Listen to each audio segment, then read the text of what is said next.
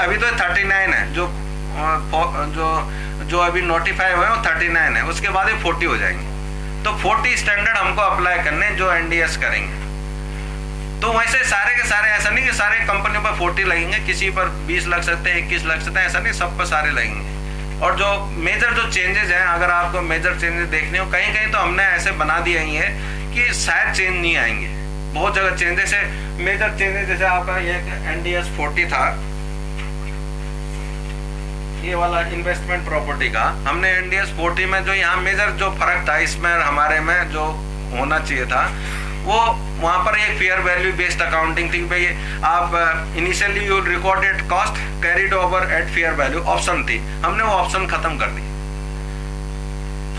Fair value का। तो फिर कॉस्ट पे ही होगा, तो जैसे हम करते हैं वैसे ही करेंगे, ऐसा कुछ उसमें प्रॉब्लम है नहीं। तो बहुत जगह हमने ये वाला जो मेजर जो डिफरेंसेस आने वाले हैं ना, वो हमने अपने आप से खत्म किए हुए हैं। बट मैं आपको इससे पहले बताता हूँ कि ये टोटल आपके 39 है, अब ये 40 हो जाएंगे। एनडीएस 115 पोस्टपोन हो चुका है, उसकी जगह रिप्लेस करेगा एनडीएस 18, एनडीएस 11 जो कंस्ट्रक्शन कॉन्ट्रैक्ट का है, रेवेन्यू रिकॉग्निशन का है। Is it okay? तो ये 40 हो जाएंगे। अब एक आप देख रहे होंगे IAS 26 accounting and reporting by retirement benefit plan, इसके अगेंस्ट हमने कोई स्टैंडर्ड इश्यू नहीं कर रखा है, बिकॉज हमारे यहाँ जितने भी ग्रेच्युटी, प्रोविडेंट फंड, ये वाला ये सारे के सारे गवर्नमेंट रेगुलेटेड है, सारे के सारे। तो उसमें हमने क्या अकाउंटिंग करनी हो, तो सरकार ने रूल बनाने के आप ऐसा कर सकते हो, ये नहीं कर सकते, वो नहीं कर सकते हो। तो हमारे यहाँ कोई पॉपुलर भी नहीं है, तो इसलिए उस पर कोई ज़्यादा हमने उस पर स्टैंडर्ड अभी हमने इश्यू नहीं किया। Is it okay? उसके बाद मैं अभी आप कार्व आउट्स और कार्व इन की बात करते हैं। That was all about the what was the background, what are this NDS, what are the IFRS, what are the IAS, who issues them, what are the major changes, why we are thinking about those one, and why we are so much disturbed about these IFRS and IAS. Is it okay? Should we go ahead? You see carve outs, ये जो है ना, ये आपके जैसे final वालों के examination के लिए ये ज़्यादा इम्पोर्टेंट है, ये ज़्यादा नहीं है, 8-10 हैं, और ये इस पर आप कंसंट्रेट करेंगे। शायद इनमें से एक दो कोई पूछ ले। आपके पास इंट्रोडक्शन क्या है, कन्वर्जेंस क्या है, अडॉप्शन क्या है, ये क्वेश्चन आएंगे, मतलब छोटे छोटे क्वेश्चन होंगे, बड़े नहीं, ऐसे नहीं कि बहुत ज्यादा कॉम्प्लिकेटेड क्वेश्चन पूछ सकता है। Carve outs are also somewhat complicated also, because you do not know what the IFRS says, और हमने उससे क्या निकाला, that will be difficult to explain here also. But I will like to give you some why it happens, ये carve outs क्या है। पहले मैं आपको बताऊं कि कार्व आउट्स का मतलब होता है, जिसको सिंपली आप बोल सकते हो सिग्निफिकेंट डिफरेंसेस है। सिग्निफिकेंट से भी ज्यादा है। कार्व आउट्स का मतलब, जो अगर वर्ड मीनिंग आप लो ना, कार्व मीन्स IFRS में कुछ लिखा हुआ था वो हमने निकाल दिया, कार्व मतलब उसको बाहर कर दिया और अपना जो प्रोविजन था उसमें लगा दिया, दैट्स अ कार्व आउट। जो IFRS में जहां ऑप्शन थी और हमने दो ऑप्शन थी माना, हमने उसमें से एक ऑप्शन लिया, वो कार्व आउट नहीं है। जैसे मैंने आपको बताया IAS 40 में इन्वेस्टमेंट प्रॉपर्टी था, वो कहता है जी आप initially investment property will be initially recorded at cost and will be carried, may be carried at fair value और cost as per the accounting policy, जो मैनेजमेंट सोचे किस पर ले जाने उनको। तो हमने वहां से फेयर वैल्यू लिख दिया, और जो था वो फेयर वैल्यू हमने हटा दिया, सॉरी, और कॉस्ट लिख दिया। तो वो ऑप्शन थी, ऑप्शन हमने खत्म कर दी, तो that is not a carve out, वो कार्व आउट नहीं है, वो तो ऑप्शन थी। आपने देखा होगा जब आपका शेड्यूल 6 आया था और अब जो शेड्यूल 3 है, तो हम जब प्रॉफिट एंड लॉस स्टेटमेंट में एक्सपेंडिचर लिखते हैं ना, we are writing now the as per the nature of expenses, we are not writing by the function. पहले आपने देखा होगा फाइनेंशियल स्टेटमेंट में आता था administrative and selling expenditure, selling खर्चे, ये establishment expenditure, you will not find these words in the profit and loss statement now, because हमारे जो NDS 1 है या उसी के हिसाब से उन्होंने शेड्यूल 3 बनाया, उसमें साफ लिखा हुआ है कि हम जो एक्सपेंडिचर दिखाएंगे वो नेचर के हिसाब से दिखाएंगे। जो डिस्क्लोजर है उसका ग्रुपिंग है वो नेचर वाइज है, फंक्शन वाइज नहीं है। फंक्शन मीन्स जैसे हमने कोई एक्सपेंडिचर किया सेलिंग के लिए, तो हम उसको बोलते हैं सेलिंग एंड डिस्ट्रीब्यूशन एक्सपेंस लिख देते थे। बट उसका नेचर हो सकता है ट्रेवलिंग हो, हम कोई सेल्समैन को हमने ट्रेवलिंग के खर्चे थे तो हमने उसको सेलिंग एंड डिस्ट्रीब्यूशन एक्सपेंडिचर में डाल दिया, but the nature of expenditure is travelling. function of the expenditure may be selling and distribution. So we have taken a decision, we will go by nature of expenditure, not by the functions. So but that's not the carve out, that's not the carve out, that's a major decision, but that's not the carve out. हमने कहा भाई ये दो option है, इसमें से एक option खत्म कर दो. Because what is the basic objective of the accounting standard? To make a uniformity, no? Uniformity लानी है. तो अगर आप बहुत ज़्यादा ऑप्शन अलाउ करते हो किसी को, कंपनीज को, तो सब लोग अपने अपने तरीके से बनाएंगे, तो कंपेरेबिलिटी पर फर्क पड़ता है उस चीज़ का. तो इसलिए हमने कहा जी हम जहाँ जहाँ ऑप्शन है हमने ऑप्शन कम करने की कोशिश की है. तो जो ऑप्शन हमने कम किए वो कार्व आउट नहीं है, वो कार्व आउट्स नहीं है, वो तो हमारा ऑप्शन था. हमने एक ऑप्शन एक्सरसाइज किया, बाकी नहीं किया. IFRS दोनों ऑप्शन बोलता है, हमने कहा हम तो एक ही हिसाब से चलेंगे, हम तो नेचर वाइज चलेंगे. So that's not the carve out and that's not the difference. वो कोई डिफरेंस नहीं, मतलब डिफरेंस हो सकता है बट वो कार्व आउट्स नहीं है, वो कार्व आउट्स नहीं है. कार्व आउट्स कौन है कि जो वहां पर कुछ लिखा होता है हमने उसको निकाल दिया और अपने हिसाब से लिख दिया फिर उसके ऊपर. That's a carve out. Is it okay? और वो मेजर है, उसका मेजर इफेक्ट है. सबसे पहला कार्व आउट्स है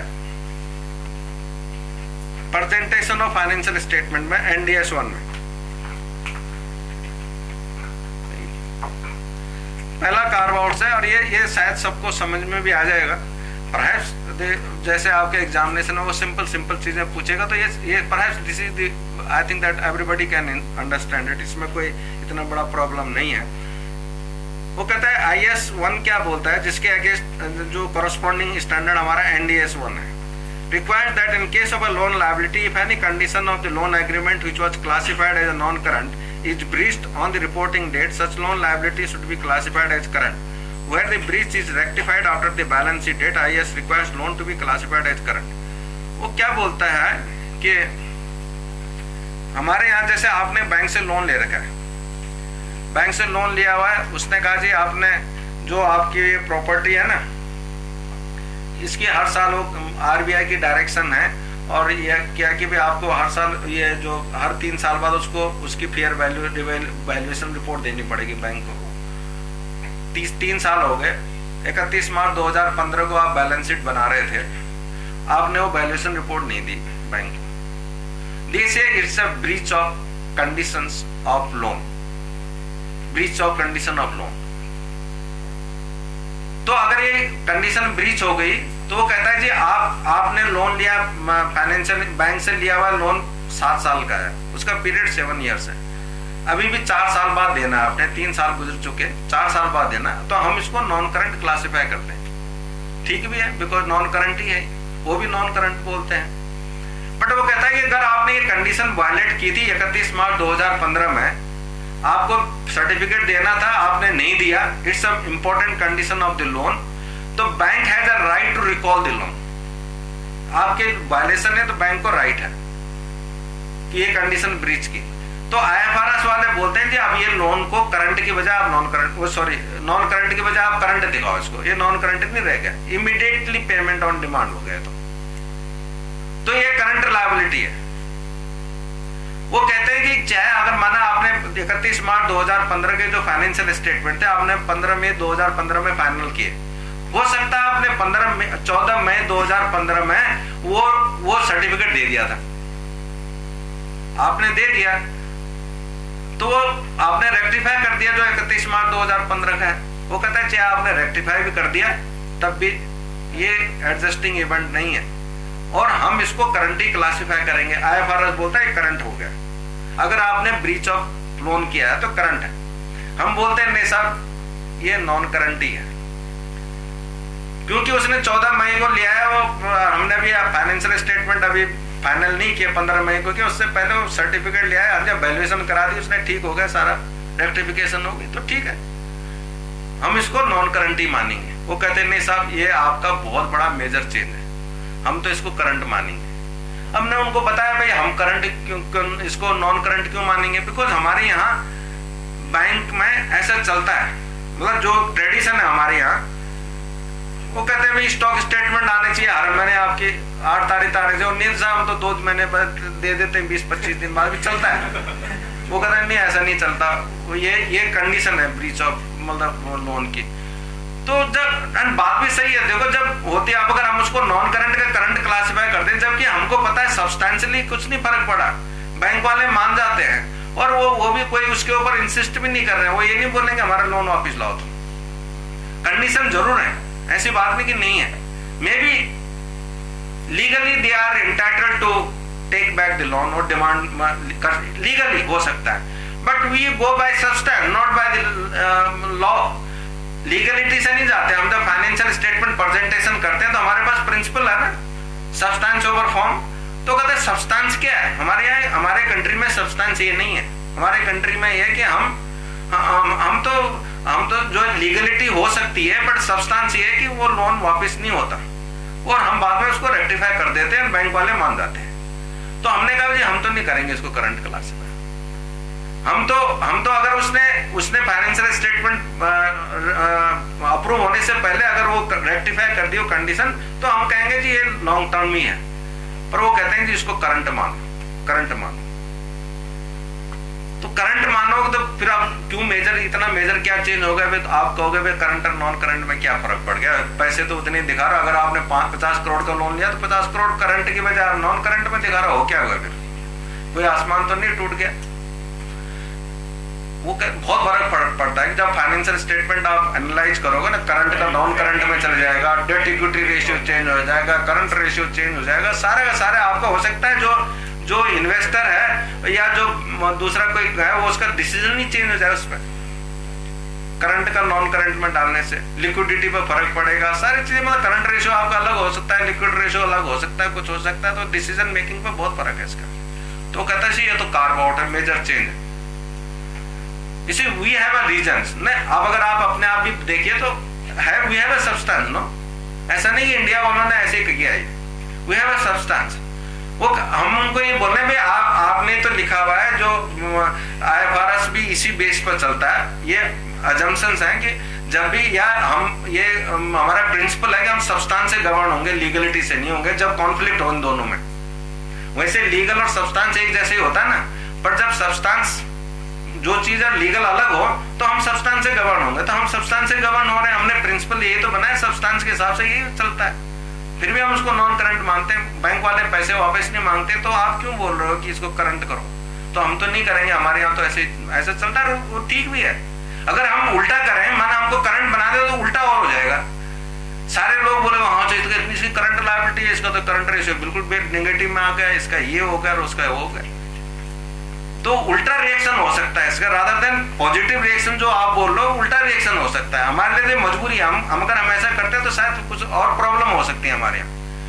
तो but any how they say no it is not, मतलब question is that how to then maybe after 1 year or 2 year they may get persuaded कि हाँ जी ऐसा हो सकता है। तो जिस हिसाब से बैंकिंग में प्रोविजनिंग और एनपीए इंक्रीज हो गया, तो नॉन कंप्लायंस ऑफ कंडीशंस के कारण देयर पॉसिबिलिटी कि 2 साल बाद उसी को रिप्रेजेंट करने के लिए नहीं IFRS तो देखो जी, IFRS में आप आएंगे ना, वहाँ इम्पेयरमेंट के तो अब जब वो लगेंगे यहाँ पर 2018 में, तो पता नहीं सीन क्या होगा, अभी RBI क्या सोच रहा है। वहाँ पर ट्रैकिंग पॉइंट 30 डेज का है, जो हमारे यहाँ 90 डेज का है ना NPA का, वहाँ 30 डेज से ट्रैकिंग शुरू हो जाती है, तो पता नहीं कितने आ जाएंगे यहाँ पर, मतलब इम्पेयरमेंट। वहाँ पर NPA को अब हम इम्पेयरमेंट बोलते हैं, इम्पेयरमेंट प्रोविजन कैसे करेंगे।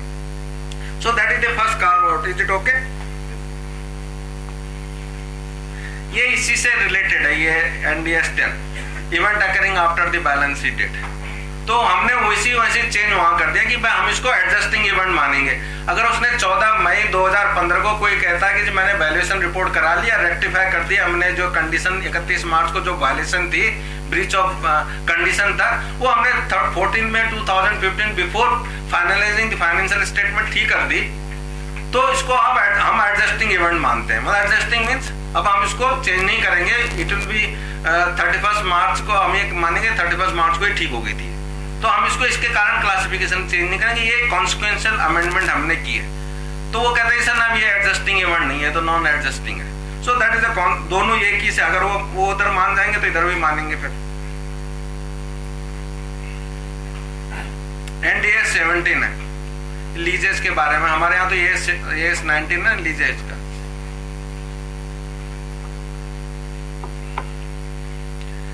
इसमें क्या है, हमारे AS 19 में भी ये लिखा हुआ कि जो ऑपरेटिंग लीज में रेंट जो क्लासिफाई होगा वो रेंट का रिकॉग्निशन जो होता है ना स्टेट लाइन बेसिस पे होगा, स्टेट लाइन बेसिस पे होगा। वो भी हमारे यहाँ भी लिखा, उनके यहाँ भी लिखा हुआ सब, बट इसकी इंटरप्रिटेशन में फर्क है। और जो हमने NDS 17 में लिखा उनकी लैंग्वेज और हमारी लैंग्वेज में कोई फर्क नहीं है, बट हमारा करने का जो प्रेजेंटेशन का जो एग्जाम्पल है वो अलग है और उनका अलग है। मतलब हम कैसे रिकॉग्नाइज करेंगे थोड़ा फर्क है उसमें। उनका क्या है कि माना सपोज आप एक एग्जांपल लो कि किसी से आपने बिल्डिंग किराए पर ली 2015 में, तो 2015 में आपने रेंट लिया 1 लाख रुपए महीने का, तो पहले साल आपने 12 लाख डेबिट कर दिया, दूसरे साल आपने क्या हुआ उसका किराया 10% बढ़ा दिया, तो दूसरे साल का रेंट 1,10,000 12 महीने का, तीसरे साल का 1 लाख माना सपोज 25,000 और रेंट बढ़ा दिया आपने, 10% बढ़ाते हो।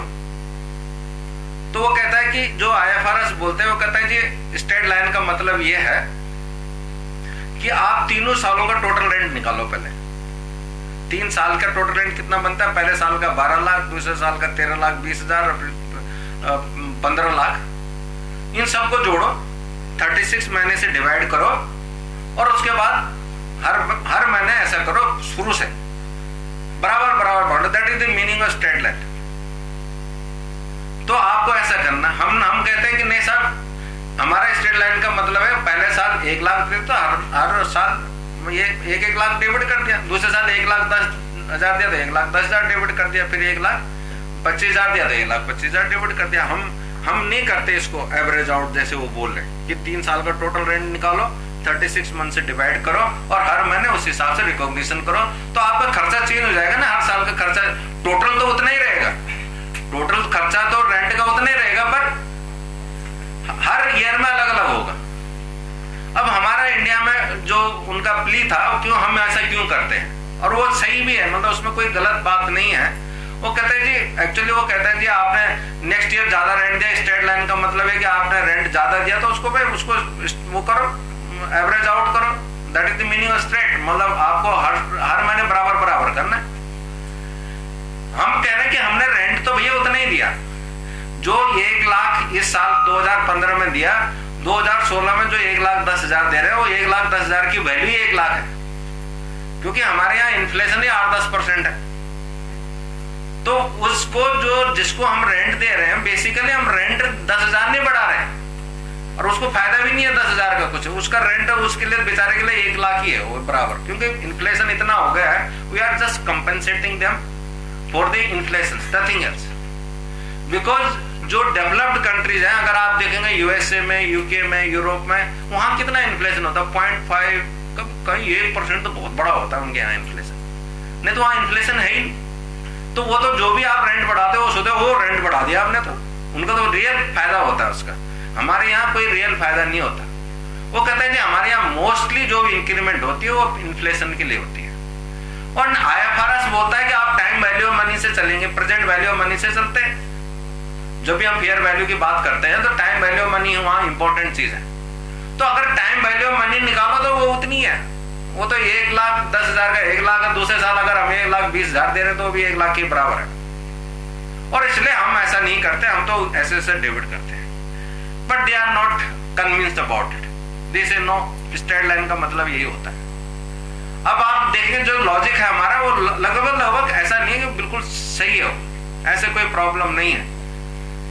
But anyhow, because you see, we have a peculiar circumstance in our country. Now we have an inflation rate of 8 to 10%, and the countries for which they have, जहाँ वो रहते हैं, जहाँ जिस environment में उन्होंने बनाए हैं वहाँ कोई inflation rate है ही नहीं।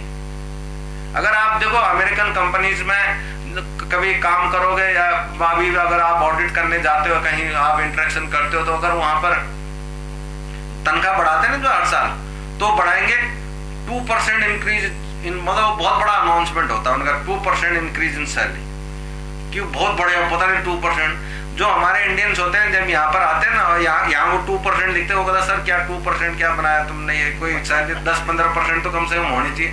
वो कहते 10 देखो बहुत उछलते हैं, कहते 10% कोई इंक्रीज थोड़ी होगी, 2%। हमारे यहाँ तो 2% 1% ही बढ़ती है। क्योंकि वहां रियल एक्चुअली यार अगर वो 10% भी बढ़ाएगा तो मुश्किल से 1% ही बढ़ती है रियल टर्म में, और हो सकता है नहीं भी बढ़ रही हो। तो क्वेश्चन ये है, that was the basically the concept. हमने कहा भाई आईएफआरएस भी तो टाइम वैल्यू ऑफ मनी पर जाते हैं, टाइम वैल्यू तो वही है, तो हम भी तो स्ट्रेट लाइन नहीं फॉलो कर रहे हैं, but they are not somewhat convinced about it, and that's why this is considered a carve out. Is it okay?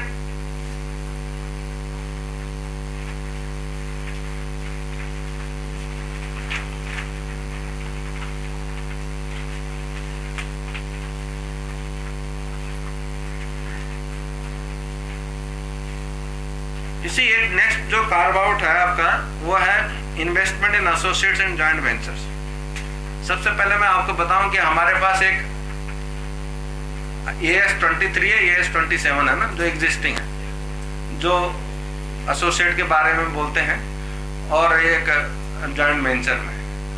Joint venture में क्या होता है, जहां जॉइंट कंट्रोल होता है और जो जॉइंट जो इंडिपेंडेंट एंटिटीज है, जॉइंट एंटिटीज है, जो एक एंटिटीज है, उसको हम कंसोलिडेशन कैसे करते हैं, प्रोपोर्शनेट कंसोलिडेशन होता है।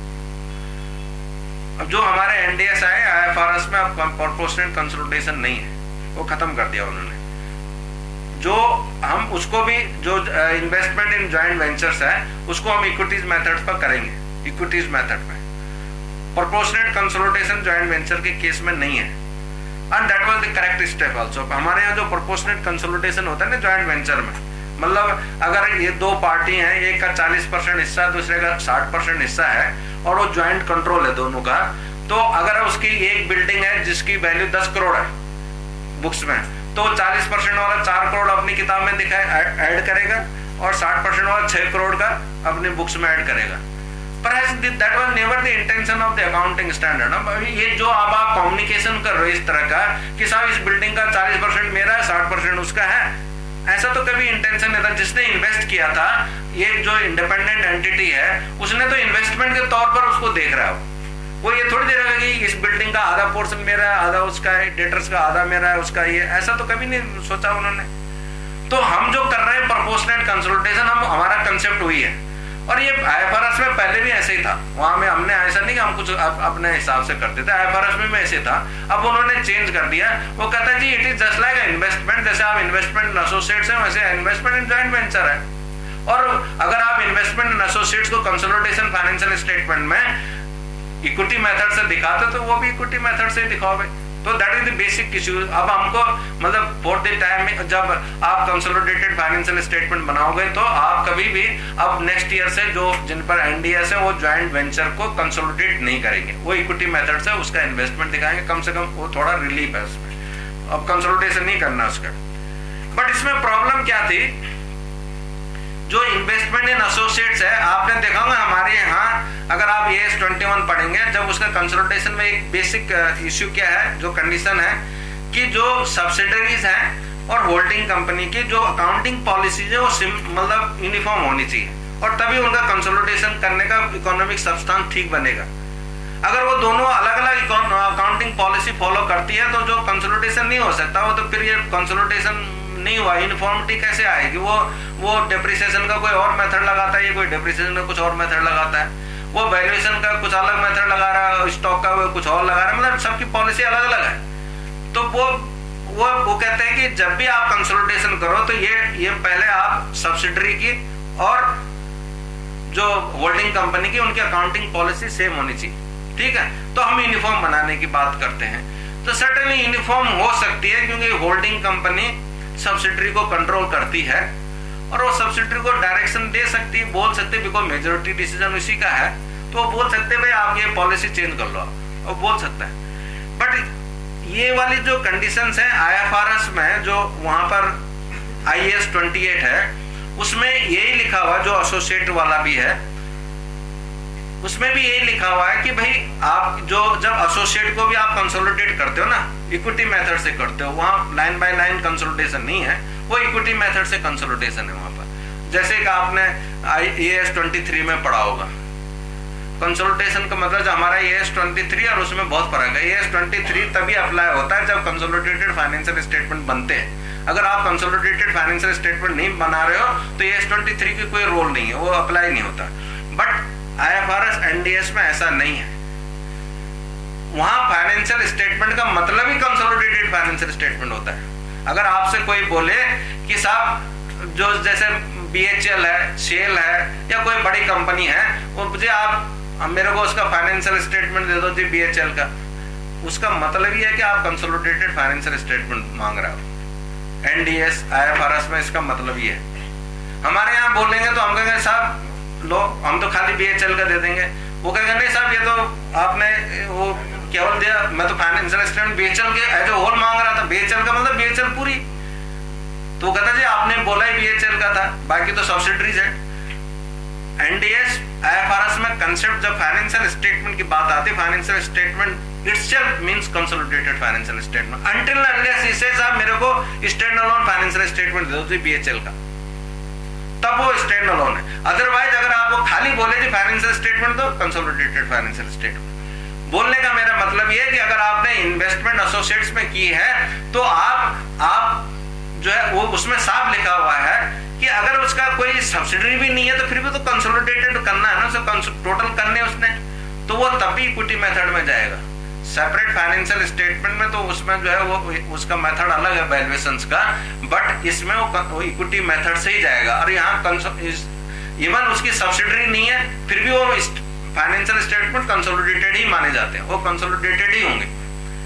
तो बोलने यहाँ पर बेसिक इश्यू क्या, जो कार्व आउट में इश्यू क्या है, वो कहता है जी अगर आपका एसोसिएट है, आप उसको इक्विटी मेथड से कंसोलिडेट कर रहे हो, इक्विटी मेथड से वैल्यूएशंस कर रहे हो, तो जो आपका इन्वेस्टर है और इन्वेस्टी है, इन्वेस्टी मींस जिसमें इन्वेस्ट कर रखा है, और इन्वेस्टर मींस जिसने इन्वेस्ट किया हुआ है।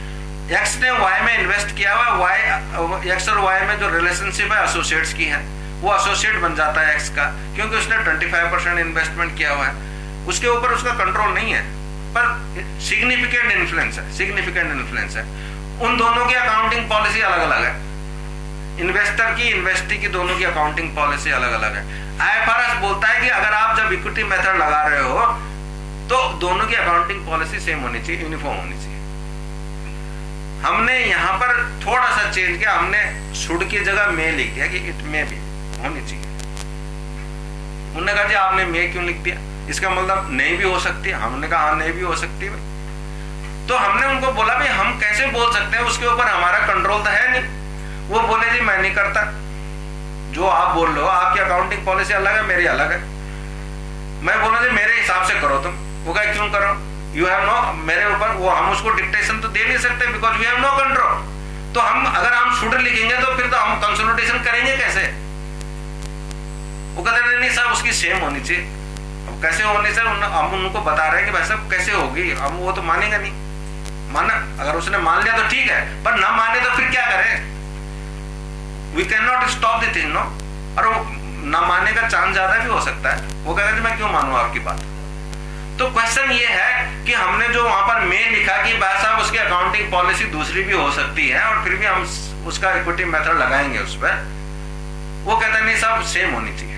दैट इज वो कहते हैं ये तो बहुत बड़ा डिफरेंस है।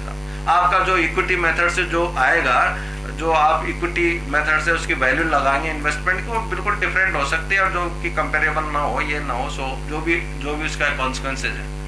तो दे से it is a carve out, बहुत मेजर चेंज है। हम कहते हैं मेजर अगर माना, सपोज हम तुम्हारी बात मान भी लेते हैं, हम भी बोलते हैं कंपलसरी होनी चाहिए, पर ये तो बोलने की बात है ना। वो नहीं माने तो ये भी तो बताओ कि हम क्या करें फिर। So they have no answer for it also, no, but they say that's why we have done like this and I think that we are perfectly correct to that extent, no. So वो कहते हैं साहब तो बहुत बड़ा change है, carve out है, तो ऐसा है, सो ठीक है। Perhaps you are understanding it, no? साहब मेरा एक सवाल है, जो कंपनी एक्ट 2013 है, उसमें हम बात करते हैं एसोसिएट्स को कंसोलिडेट करने की, तो वो जो कंसोलिडेशन शब्द है, वो शब्द मेरे ख्याल से एएस से जुड़ा हुआ शब्द है, क्योंकि अभी तो इंड AS लागू नहीं होता कंपनी एक्ट को। तो वहाँ पे इंटरप्रिटेशन जो हमें लेनी है, वहाँ पे तो हमें कंसोलिडेशन को एज ए कंसोलिडेशन ही लेनी पड़ेगी, वहाँ पे तो हमें करना ही पड़ेगा कंसोलिडेशन। तो कंसोलिडेशन होता है जी NDS में, जो एसोसिएट है आपका, आप उसकी जो मतलब अपने सेपरेट फाइनेंशियल स्टेटमेंट में जो इन्वेस्टमेंट की वैल्यू है, जो 8% AS 13 के हिसाब से कर सकते हो।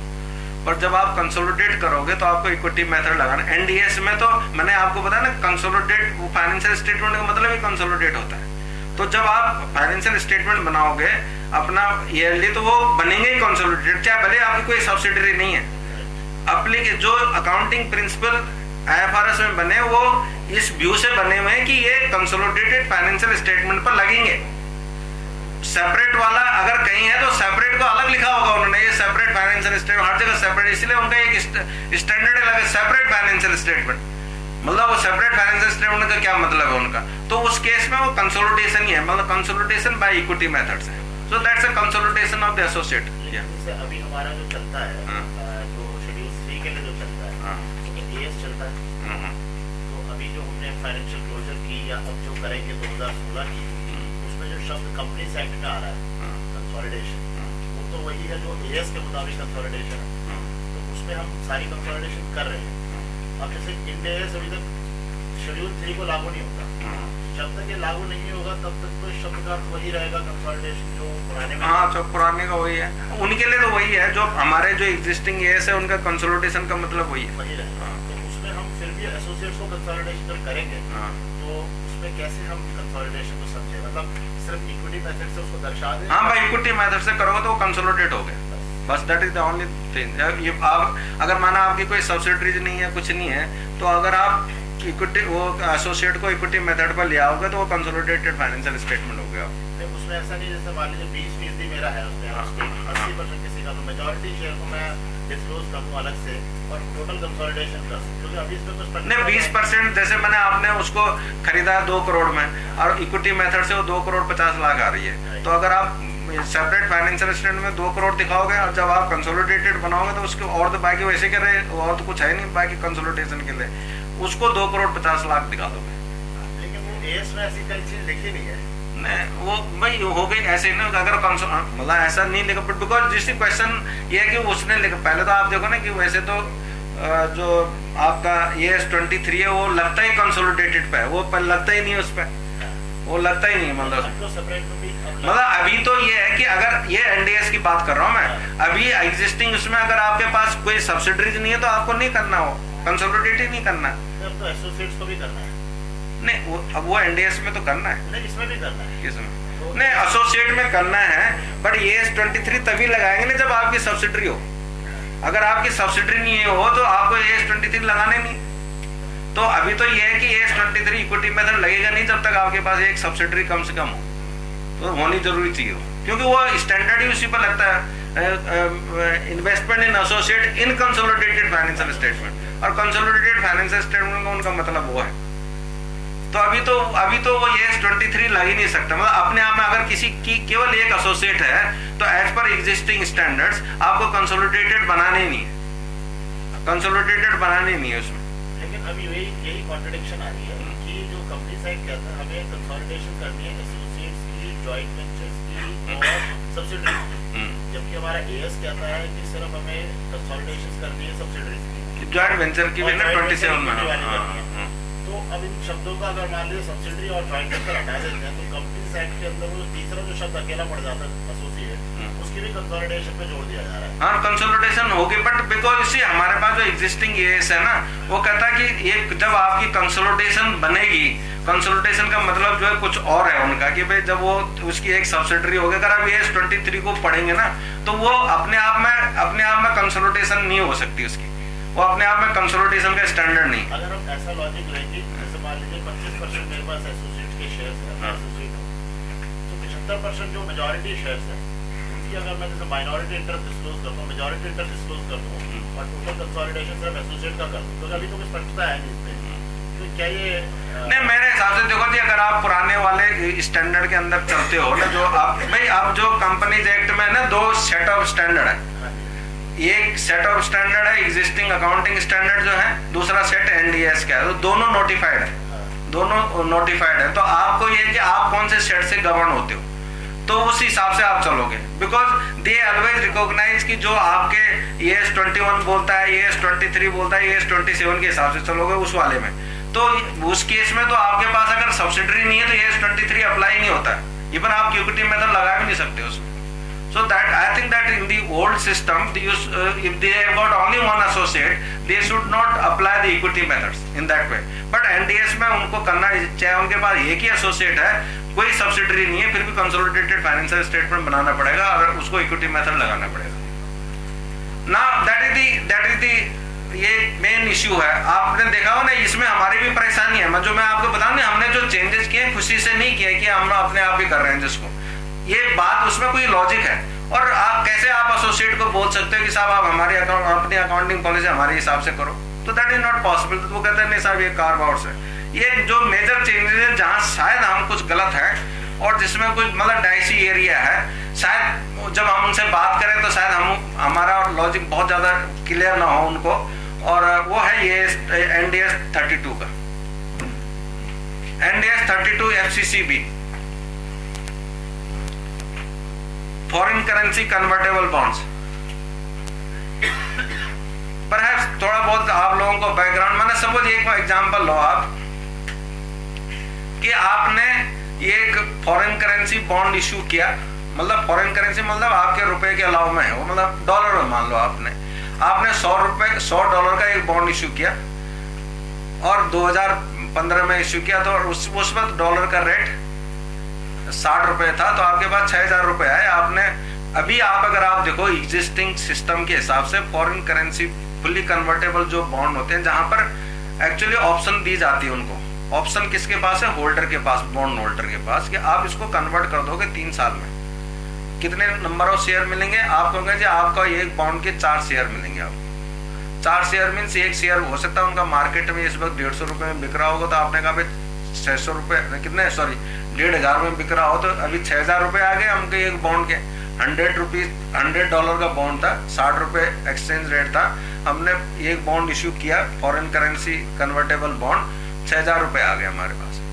तो हमने 6,000 को, अभी जो FCCB होता है, अभी अगर आपने एग्जिस्टिंग उसमें भी देखा होगा तो FCCB इक्विटी में दिखाते हैं लोग जनरली, जो फुल्ली कन्वर्टेबल होते हैं.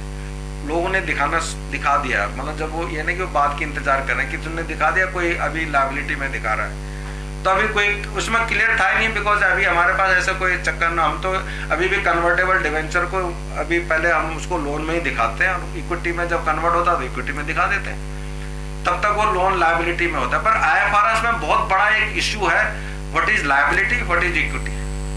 लायबिलिटी और इक्विटी को सेग्रीगेशन का आपके पास जैसे फाइनल में क्वेश्चन इसी बात के आते कि इसको जो कन्वर्टेबल डिवेंचर है इसको कन्वर्ट करो जी, ऑप्शन उसके पास होल्डर के पास है, तो कितना इक्विटी पोर्शन है कितना लायबिलिटी पोर्शन है. बिकॉज इसमें क्यों बोलते हैं हम लायबिलिटी और इक्विटी का डिस्टिंक्शन बहुत जरूरी है. जरूरी इसलिए है कि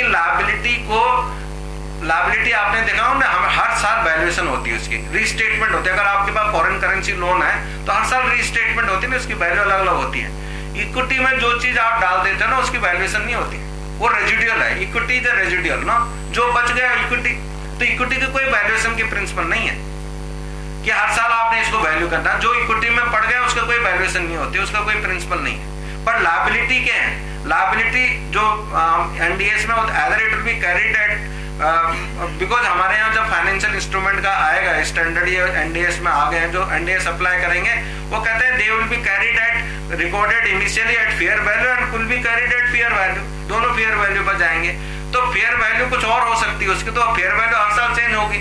तो कहते हैं फेयर वैल्यू जब चेंज होगी वो लायबिलिटी के केस में, but that in case of equity कोई फेयर वैल्यू चेंज नहीं होती. जो जितना आपने लिख दिया परमानेंट हो, बिकॉज इट्स अ रेजिडुअल, उसका वैल्यू थोड़ी लगाएंगे. जो बच गया वो इक्विटी है, नथिंग. उसकी वैल्यूएशन क्या लगानी, वैल्यूएशन लगाओगे आप एसेट और लायबिलिटी का, जो बच गया इक्विटी है ना. इस प्रिंसिपल को आप ध्यान में रखो. दूसरी बात यह है कि यहाँ पर ऑप्शन है, फॉरेन करेंसी कन्वर्टेबल जो बॉन्ड है वो ऑप्शन होल्डर को होती है. सिंपल से हम बात करते हैं कि आपने ये एक बॉन्ड इशू किया $100 का, जिसकी वैल्यू 6,000 है, 60 रुपए का उस टाइम $1 था, आपने 6,000 लिख दिया. फॉर द टाइमिंग आपने वो सपोज इक्विटी में लिख दिया. हमारे यहाँ ये है कि सारा इक्विटी में ले जाएंगे हम उसको, तो हमने इक्विटी में लिख दिया. माना उसके पास ऑप्शन है, जो होल्डर के पास ऑप्शन है कि वो कन्वर्ट करे या ना करे. एक्चुअली कन्वर्ट ऐसे उनको मतलब उनकी कंडीशंस ऐसी होती है, वो जनरली कन्वर्ट करते हैं 99%, तभी उनको हम इक्विटी में ले जाने देते हैं। माने सपोज उसने नहीं की कन्वर्ट, 3 साल बाद वो बोलता है नहीं वैसा आप हमारे को ये $100 का है ना FCC भी वापस दे दो, हमारे रिडम्पशन कर दो बॉन्ड पे, रिडम्पशन कर दो बॉन्ड की। हमने वो ले गए इक्विटी में, इक्विटी पोर्शन में, मतलब इक्विटी शेयर कैपिटल नहीं बोल रहे हैं, इक्विटी का मतलब जो इक्विटी पोर्शन में होता है, जैसे हमारे यहाँ जनरल रिजर्व है, रिजर्व सरप्लस होते हैं, इक्विटी है वो, इक्विटी कैपिटल नहीं हो, इक्विटी कैपिटल कुछ और होती है, ठीक है। हमने उसको इक्विटी में रखा 6000, बाद में 3 साल बाद उसने बोला जी मेरे को पैसे वापस दे दो जी, मेरे को तो नहीं करना आपके इक्विटी में कन्वर्ट, बिकॉज ऑप्शन थी उसके पास, क्योंकि मार्केट में शेयर का भाव 1000 रुपये हो गया, उसने कहा मैं 4 शेयर लूंगी इससे तो 4000 के पड़ते हैं, पर मार्केट में जो डॉलर का भाव है वो 70 रुपये का है, मैं इसको बोलूँ मेरे $100 का रिडम्पशन कर दो तो ये 7000 रुपये देगा मेरे को, मैं शेयर लूँ तो 4000 के आएंगे, तो मैं क्यों नुकसान उठाऊँ। उसने ऑप्शन ऐसे देगा मेरे को वापस दो, ये बॉन्ड रिडीम करो हमारे, तो आपके पास तो 6000 पड़े, आपने उसको 7000 देने, आपने एंट्री कर दी, चलो इक्विटी को आप डेबिट कर दोगे, पेमेंट करोगे 7000 की, 1000 कहाँ डालोगे, 1000 आप कहाँ, मतलब आपके पास कोई चारा नहीं, नुकसान प्रॉफिट और लॉस अकाउंट में डाल सकते हो भाई, ठीक है। बट क्वेश्चन ये है कि जो IFRS में प्रिंसिपल है, इक्विटी की तो वैल्यूएशन, इक्विटी पर प्रॉफिट और लॉस डिटरमिन नहीं हो सकता, इक्विटी पर प्रॉफिट और लॉस डिटरमिन नहीं हो सकता, बिकॉज इक्विटी प्रॉफिट और लॉस के बाद में इक्विटी पर प्रॉफिट कैसे डिटरमिन, इक्विटी में जो ओनर्स का पैसा है, ओनर्स अपने पैसे पर थोड़ी, आप प्रॉफिट और लॉस किसी और से कमा सकते हो, प्रॉफिट और लॉस आप किसी और से कमा सकते हो, अपने आप से तो प्रॉफिट और लॉस नहीं कमा सकते। तो इसलिए IFRS में प्रिंसिपल है कि इक्विटी पे कभी प्रॉफिट और लॉस डिटरमिन नहीं हो सकता।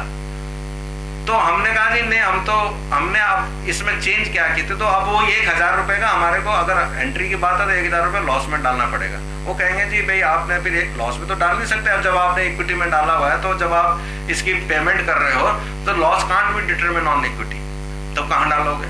हमने क्या कार्व आउट्स किया है इसमें, वो कहता है जी FCCB जो है ना, फॉरेन करेंसी कन्वर्टेबल जो बॉन्ड है, बिकॉज इसमें फिक्स्ड किया हुआ है कि एक बॉन्ड के $100 के आपको 4 शेयर मिलेंगे।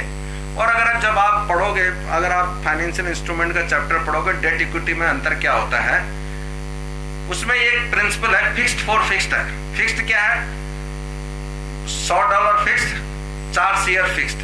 वो कहता है कि अगर ये फिक्स्ड फॉर फिक्स्ड है तो आप इसको इक्विटी मानो। तो हमने कहा अभी फिक्स्ड फॉर फिक्स्ड है, तो हमने FCCB को अपने यहाँ NDS 32 में डेफिनेशन सेक्शन में बीच में एक और लाइन लगा दी। अपार्ट फ्रॉम दिस वो कहता है कि ये FCCB जो होगा जिसमें ऑप्शन है वो सारा का सारा इक्विटी माना जाएगा, जबकि IFRS क्या बोलता है कि जो FCCB अगर वो दोनों सेम आपकी फंक्शनल करेंसी में होनी चाहिए हो। फंक्शनल मीन्स जो आपका माना, हमने तो डॉलर में, हमारी फंक्शनल करेंसी रुपया है, वो दोनों एक करेंसी में नहीं है। अगर वो दोनों एक करेंसी में है, फॉरेन करेंसी की मतलब दूसरी करेंसी में, बट आपकी फंक्शनल करेंसी जो एक्चुअली IFRS जो बने हैं ना, जिस दिन हमारी करेंसी कन्वर्टेबल हो जाएगी ना इंडिया में, अभी हमारी करेंसी कन्वर्टेबल नहीं है ना इंडिया में, केवल करंट अकाउंट में कन्वर्टेबिलिटी है। करंट अकाउंट का मतलब कि अगर आप बाहर जा रहे हो घूमने के लिए, ट्रैवलिंग के खर्चे चाहिए, तो कोई नहीं पूछेगा आपको, आप अपना पासपोर्ट दिखा दिया, मेरे को $500 चाहिए, $1000 पैसे दो, दे देंगे आपको, कोई नहीं पूछेंगे क्यों चाहिए, क्या चाहिए, कितने चाहिए, नहीं। मेडिकल, एजुकेशन, ये सारे करंट अकाउंट कन्वर्टेबल है, उसमें कन्वर्टेबल है हमारा रुपये। हम कन्वर्टेबिलिटी का क्या मतलब होता है कि जब हम अपने रुपए को किसी और करेंसी में कन्वर्ट करा सकते हैं बिना क्वेश्चन पूछे, किसी परमिशन के, तो बिना परमिशन के हम कन्वर्ट करा सकते हैं केवल करंट अकाउंट में। कैपिटल अकाउंट में हमारे पास कन्वर्टेबल, आपने बाहर इन्वेस्टमेंट करना है तो आपको अगर मैंने वहां कहता नहीं, आप पहले वहां से परमिशन लाओ, ये लाओ, वो लाओ, तब आप कर सकते हो। तो वो उसके लिए हमको परमिशन, मेरे को डॉलर चाहिए थी, मेरे को वहां इन्वेस्ट करना है, वो कहते पहले ये परमिशन लाओ, वो लाओ, 36 है उसमें। तो इसमें हमारे कैपिटल अकाउंट में कन्वर्टेबिलिटी नहीं है। मेरा बोलने का मतलब ये है कि जब आप हमारी कन्वर्टेबिलिटी हो जाएगी ना रुपए में, तो उस दिन ये जरूरी नहीं है कि आपके जो फाइनेंशियल स्टेटमेंट है, यहाँ अगर माने हमारे यहाँ इंडिया में पोजीशन ये हो सकती, जो कि बाहर होती है पोजीशन, कि ये कंपनी रुपए में बना रही हो अकाउंट, दूसरी कंपनी डॉलर में बना रही हो अकाउंट, प्रेजेंटेशन उसको डॉलर, बिकॉज उसकी फंक्शनल करेंसी डॉलर हो सकती है, हमारी फंक्शनल करेंसी रुपये हो सकती है। हमारे यहाँ हमने अभी तो लॉ में लिखा है कि रिपोर्टिंग करेंसी केवल रुपये ही होगी।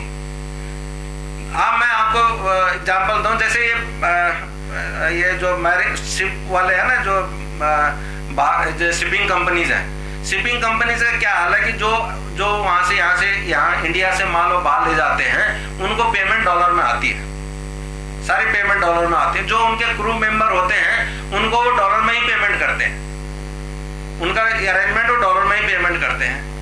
केवल फाइनेंशियल स्टेटमेंट बनाने के लिए उनको रुपए में कन्वर्ट करने पड़ते हो, जबकि उनको जरूरत नहीं होगा था कि हमने क्यों करने कन्वर्ट, हम रुपए में, हम डॉलर में पैसे आ रहे हैं, डॉलर में आ रहे हैं, डॉलर में पेमेंट कर रहे हैं, हमको रुपए से क्या मतलब। और अगर आप कन्वर्ट करोगे तो उनके लॉस ऑफ प्रॉफिट आ सकता है, जो कि उनको कोई मतलब ही नहीं है लॉस एंड प्रॉफिट का। उनको डॉलर, उनके लिए डॉलर फंक्शनल करेंसी है, बट बिकॉज उनको, क्योंकि इंडिया की कंपनी तो उनको रुपए में रिपोर्ट करना पड़ेगा। कल एक सिचुएशन आ जाएगी कि जब हमारी रुपीज कन्वर्टेबल हो जाएगी, तो हो सकता है कुछ कंपनियां डॉलर में बना रही हो अकाउंट, कुछ कंपनियां रुपए में बना रही हो, कोई पाउंड स्टर्लिंग में बना रही हो, जिसकी जो फंक्शनल करेंसी उसमें बनाएगी। क्योंकि जो डेफिनेशन है ना फंक्शनल करेंसी, हमारे वहां पर IND-AS 21 है, तो कहता है जो रिपोर्टिंग करेंसी जो होगी वो क्या होगी, फंक्शनल करेंसी होगी उस कंट्री की, और मतलब फंक्शनल करेंसी उस कंपनी की। तो कंपनी में डिफर हो सकता है, तो उन्होंने अपने IFRS उस एंगल से बना रखे, मतलब इस हिसाब से बनाए हुए। तो उसमें एक कंडीशन है कि अगर आप FCC भी इश्यू करते हो और उसमें फिक्स्ड है, तो IFRS बोलता है ये पूरी इक्विटी है, हमने भी लिखा इक्विटी है, वहां तक कोई डिस्प्यूट नहीं है, और हम FCCB को इक्विटी पोर्शन में दिखाते हैं IND-AS 32 में। बट हमने क्या उसमें कंडीशन दिया है IFRS में कि जो आपकी FCCB है वो फंक्शनल करेंसी में होना चाहिए। आपकी भले फॉरेन करेंसी हो, बट वो फंक्शनल करेंसी है आपकी। अगर वो हमारी फंक्शनल करेंसी, हमारे तो जो फंक्शनल करेंसी रुपया है, जो FCCB हमने ले रखा है वो डॉलर में ले रखा है, तो हमारे वो अलग अलग है। हमने इस कार्व आउट डाला, उसमें हमने लिखा इवन इफ ये फंक्शनल करेंसी में नहीं भी है तभी वो इक्विटी है। वो बोलते हैं जब फंक्शनल करेंसी में तभी वो इक्विटी है, इक्विटी में कोई डिफरेंस नहीं है। और वो कहता है क्यों नहीं है, क्योंकि इसके अंदर एक फॉरेन करेंसी का ऑप्शन है जो foreign currency, because foreign currency में फ्लक्चुएशन हो सकती है आपके रिपोर्टिंग करेंसी के। जैसे मैंने आपको बताया ना, वो 7,000 हो गया, डॉलर बढ़ गया, आपका शेयर प्राइस नीचे आ गया, तो डॉलर के बढ़ने से उसको फायदा हो गया। अगर आपकी वो फंक्शनल करेंसी होती तो वो उसको डॉलर से बढ़ने पे डॉलर बढ़ रहा है तो उससे क्या फर्क पड़ रहा है उसके ऊपर, उसके डॉलर तो नहीं बढ़ रहा, वो तो $100 ही है, पर रुपए टर्म में वो बढ़ रहा है, तो इसलिए उसको फायदा हो रहा है। वो कहते हैं जी अगर आपका ये दूसरे में, तो जो आपके अंदर ये ऑप्शन है वो ऑप्शन की वैल्यूएशन करनी पड़ेगी आपको, जैसे हम वहां पर करते हैं ना कन्वर्टेबल डिवेंचर की ऑप्शन की वैल्यू करते हैं और उसको कुछ पोर्शन इक्विटी में डाल देते हैं, कुछ डेट में डाल देते हैं। वो कहते हैं जो ऑप्शन है, ऑप्शन कभी भी इक्विटी नहीं हो सकती, ऑप्शन जो है वो लायबिलिटी है, वो लायबिलिटी है, और इसलिए वो पोर्शन केवल आप ऑप्शन जो है, करेंसी ऑप्शन जो उस बाउंड के अंदर है, उसको आप वैल्यू करो, उसको लायबिलिटी में डालो। पर हमने कहा जी हम तो लायबिलिटी मानते ही नहीं उसको, हम तो सारे का सारा इक्विटी मानेंगे, और इसलिए वो कहते हैं साहब ये तो आपका बहुत डिफरेंस है। जो करेंसी ऑप्शन है उसके अंदर, FCCB के अंदर करेंसी का जो ऑप्शन है उसको तो आप लायबिलिटी मानो, उसकी वैल्यूएशन करो। हमने कहा हम नहीं करेंगे, हम तो पूरे का इक्विटी मानेंगे। So that is the major difference. जैसे नहीं साहब ये तो लाभ, इसका मतलब अंडरस्टेटमेंट ऑफ लायबिलिटी करो।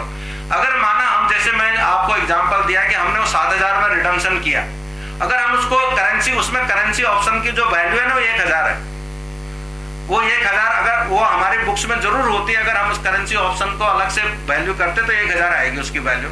तो जब हम पेमेंट करेंगे तो हम लायबिलिटी को डेबिट करते, लॉस को नहीं डेबिट करते, क्योंकि जब हमने करेंसी ऑप्शन की वैल्यूएशन करते हैं उस time profit and loss account में हम डेबिट करते हैं। तो एक्चुअली बेसिक इश्यू क्या है, इसमें थोड़ा कॉम्प्लिकेटेड सा है, क्योंकि हमारे को वो बैकग्राउंड उस चीज की नहीं, हमारे एग्जिस्टिंग स्टैंडर्ड उस हिसाब से नहीं है। बट वो कहते हैं जो करेंसी ऑप्शन है, करेंसी ऑप्शन को इसके अंदर है FCCB के अंदर आपकी, क्योंकि ये फंक्शनल करेंसी में नहीं है, तो इस ऑप्शन की वैल्यू आपको लगानी पड़ेगी, लायबिलिटी में लिखना पड़ेगा। हमने कहा जी हम नहीं लिखेंगे, हम उसको सारा इक्विटी मान लिया। तो वो that is the point of वगैरह, इज अ मेजर डिफरेंस है। जो आपके तो डेफिनेशन ही चेंज कर दिया आपने इसकी। सो दैट इज वन। NDS 101 ये कुछ ये जो क्या है कार्व आउट्स, हम जो कह रहे थे हमने निकाल के अपना हिसाब डाल दिया वहां पे। NDS 101 जो फर्स्ट टाइम अडॉप्शन है उसमें क्या, allowing the use of carrying cost of PP on the date of transition to NDS 101। देखो हमारा अभी 1/4/2016 में पहली बार कंपनियां फाइनेंशियल स्टेटमेंट मतलब NDS के हिसाब से बनाने शुरू करेंगे। NDS डेट ट्रांजिशन डेट नहीं है, 1/4/2016 नहीं है। 1/4/2016 तो NDS को इंप्लीमेंट करेंगे। और अगर आप NDS 101 में जाएंगे वो कहता है कि आपकी जो ट्रांजिशन डेट होगी 1/4/15 होगी, 1/4/2015। क्योंकि NDS के अंदर या जो IFRS है उसमें कहता है कि जब आप मेजर अकाउंटिंग पॉलिसी चेंजेस कर रहे हो तो आपको उस वक्त 3 बैलेंस शीट देनी होती है, 2 प्रॉफिट एंड लॉस अकाउंट देने होते हैं। तो जो पहली बार अब NDS बनेंगे 17-18 में एक तो बैलेंस शीट हो गई 31 मार्च 18 की, एक बैलेंस शीट हो गई 31 मार्च 17 की, 16 की नहीं यार कैसे गलत हो गया, 17 की होगी 18 की नहीं, 16-17 की बनेंगे ना पहली बैलेंस शीट। तो 31 मार्च 17 की होगी, 31 मार्च 16 की होगी और 1/4/15 की होगी। 31 मार्च 15 की नहीं, 1/4/15 की। ये 3 बैलेंस शीट आपको कंपेरेटिव देनी पड़ेंगी, 3 balance sheet. Profit and loss 2 ही होंगे, प्रॉफिट एंड लॉस 2 ही होंगे। 3 बैलेंस शीट वो आपके वहां पर जो NDS 8 है ना अकाउंटिंग पॉलिसी चेंजेस, वहां भी जाओ अगर आप मेजर अकाउंटिंग पॉलिसी चेंजेस करोगे तो 3 बैलेंस शीट उस टाइम देनी पड़ती है।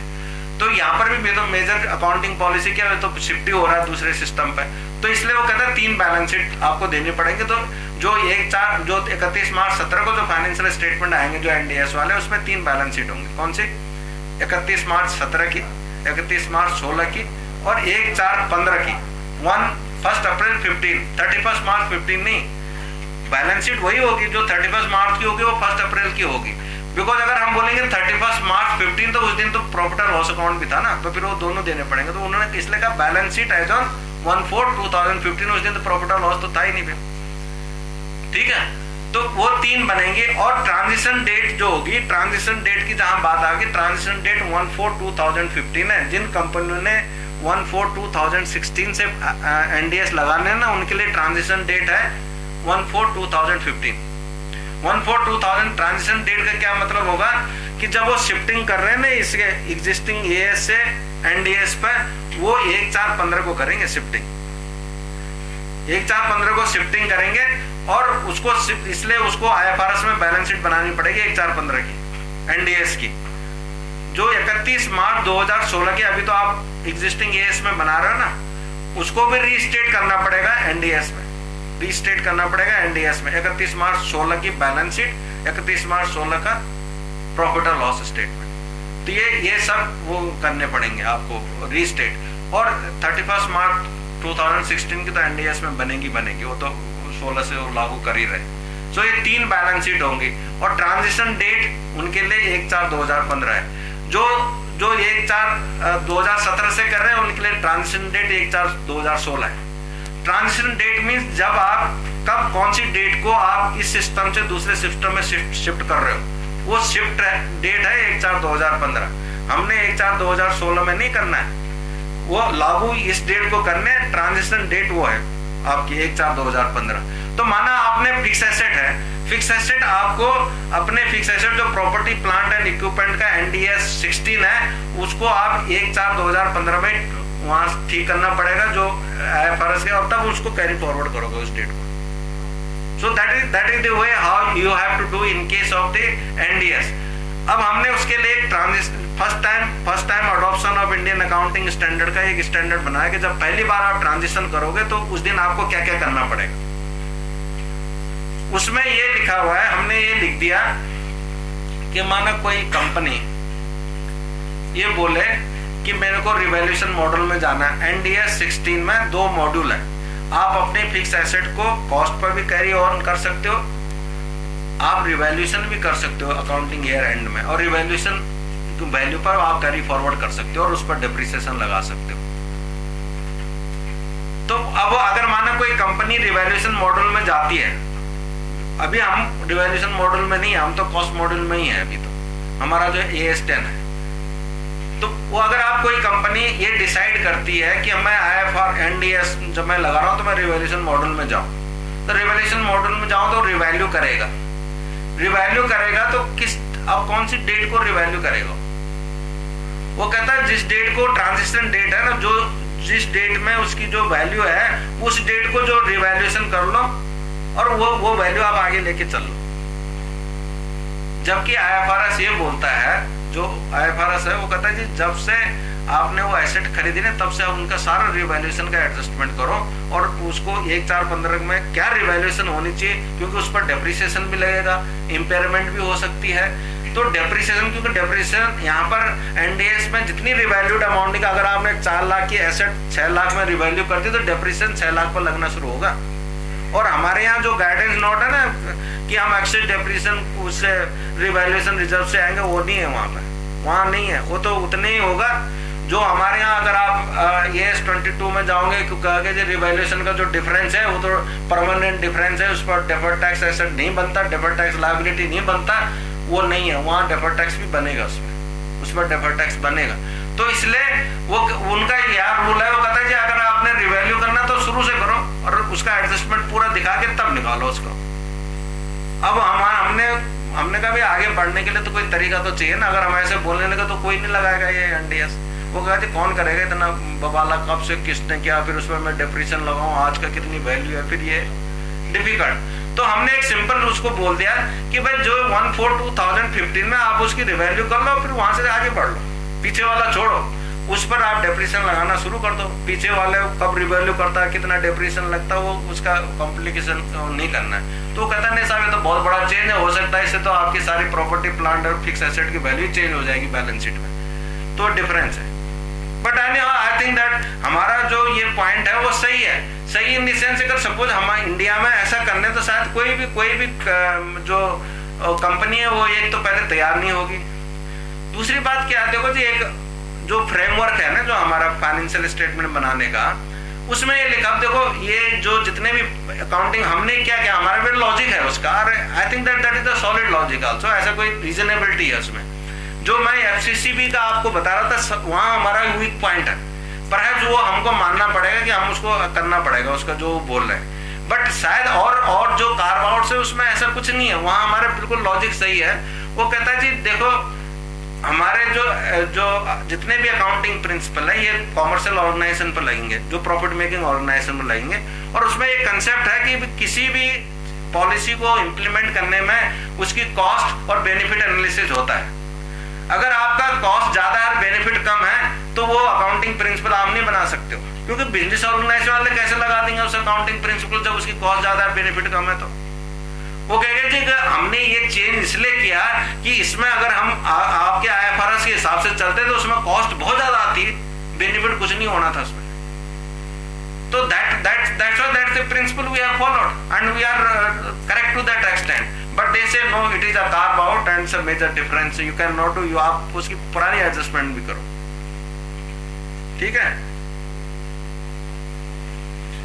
Long term foreign currency monetary items, आपने देखा होगा हमारे यहाँ ES 11 में चेंज हुई थी कुछ दिनों पहले 2009-2010 में, और उसमें हमने कहा जी फॉरेन करेंसी फॉरेन्स अगर आपने कर रखी है और जो उस पर करेंसी डिफरेंस है, ऑप्शन था वो, और 2020 तक वैलिड हो, वो वाला जो है 2020 तक है। जो चेंजेस थी 46A में, जो पैरा 46A में अमेंडमेंट हुई थी ES 11 में, उसमें कहता है कि अगर आपका long term foreign currency loan आपने लिया हुआ, लॉन्ग टर्म मींस 12 महीने से ज्यादा का, तो अगर उसमें फॉरेन करेंसी में फ्लक्चुएशंस होती है तो या तो उसको आप अमोर्टाइज कर सकते हो, अगर आप फिक्स एसेट उसके अगेंस्ट फिक्स एसेट के अगेंस्ट ले रखा तो फिक्स एसेट में आप कैपिटलाइज कर सकते हो। So they have given us this option, but ये ऑप्शन अकाउंटिंग ऑप्शन थी, अगर आप नहीं करना चाहते हो, राइट ऑफ करना चाहते हो profit and loss that is well, but हमने बहुत कंपनियों ने ऑप्शन एक्सरसाइज की हुई है। तो वो कहता है जो ऐसे IFRS में ऐसा ऑप्शन नहीं है, वो कहते हैं ये तो गलत है। बट अब हमने क्या करते हैं कि फर्स्ट टाइम अडॉप्शन में लिखता है जो कंपनियां ये ऑप्शन चला रहे हैं तो वो चलाती रहेंगी ऐसी, क्योंकि जब तक वो ऑप्शन, बट जो नई अब कोई नया आता है ऐसा तो नहीं कर सकती, वो नहीं कर सकती। अब उनको तो चलाना पड़ेगा ना, जिनको हमने ऑप्शन दी थी पहले, उन्होंने एक्सरसाइज कर दिया, अब सडनली हम उसके आपका ऑप्शन बंद, अब उन्होंने ऐसा तो नहीं कर सकते, तो उन्होंने हमने उनका भी वाले ऑप्शन आपकी चलती रहेगी। सर्टेनली कुछ बहुत कंपनियां हैं